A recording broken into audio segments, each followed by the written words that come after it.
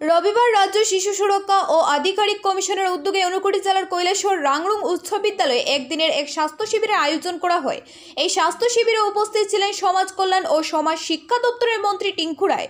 এই স্বাস্থ্য শিবিরে এছাড়া উপস্থিত ছিলেন শিশু সুরক্ষা ও আধিকারিক কমিশনের চেয়ারপারসন জয়ন্তী দেববর্মা সহ অন্যান্যরা। এদিনের এই স্বাস্থ্য শিবিরে এলাকার শিশু থেকে শুরু করে সকলেই বিশেষজ্ঞ চিকিৎসকদের দ্বারা স্বাস্থ্য পরীক্ষা করে বিনামূল্যে ঔষধ গ্রহণ করেন। এদিনের এই স্বাস্থ্য শিবিরে আলোচনা রাখতে গিয়ে শিশু সুরক্ষা ও আধিকারিক কমিশনের চেয়ারপারসন জয়ন্তী দেববর্মা বলেছেন, কমিশনের পক্ষ থেকে রাজ্যের বিভিন্ন জায়গায় বিশেষ করে শিশুদের স্বাস্থ্য সুরক্ষার কথা মাথায় রেখে ধারাবাহিকভাবে স্বাস্থ্য শিবির করছে। রবিবারও ঠিক একইভাবে ঊনকোটি জেলার কৈলাসহর রাংরুং বিদ্যালয়ে এই স্বাস্থ্য শিবিরের আয়োজন। শহরে যারা থাকি আগরকার শহর বা ধর্মনগর কৈলাস শহরে আমরা অনেকে হয়তো বুঝি না এই সমস্ত গ্রামে এই সমস্ত ক্যাম্প করার কতটুকু প্রয়োজন। ইতিমধ্যে আপনারা জানেন এই গ্রামেরই একটা বাচ্চা ছেলে এখানে অমিত সরব, তাকে পা ভেঙে যায় অ্যাক্সিডেন্টে।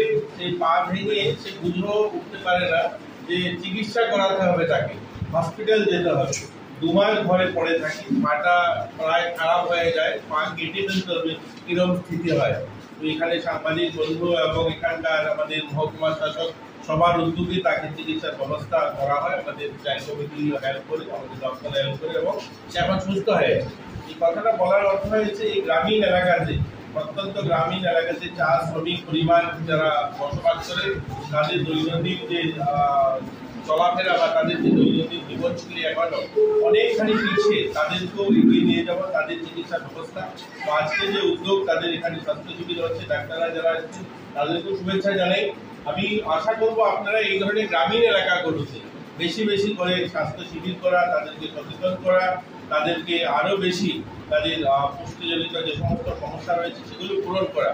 আমাদের সিডিপিও যারা রয়েছেন, যারা কাজ করছেন, আমরা চাই আমাদের অঙ্গনওয়াড়ি সেন্টারগুলোতে প্রতিদিন যেন সেখানে খাবার ব্যবস্থা হয়, সেখানে আয়রন ট্যাবলেট বা সিপি ট্যাবলেট যেগুলো দেওয়া হয় সেগুলো যেন প্রতিনিয়ত সরবরাহ করা হয়। আমরা চেষ্টা করছি এগুলোকে ঠিকঠাক করার। এখানে এই এলাকাতে, গ্রামীণ এলাকাতে রাংরুং হোক, বনমিলি হোক বা কালীশাসন হোক, গোলকপুর হোক, এই বিভিন্ন গ্রামে এখনো তাদের জীবনমান অনেকখানি পিছিয়ে। আমরা যতই বলি না কেন যে ইকুয়ালিটি, আমরা যতই স্লোগান দিয়েছিলাম যে সবাইকে সাম্যবাদে, যে সবাইকে ইকুয়াল করে দেবো, সমান করে দেবো, এগুলো বলার জন্য শুধুমাত্র, কিন্তু বাস্তবে এটা হয়নি কখনোই।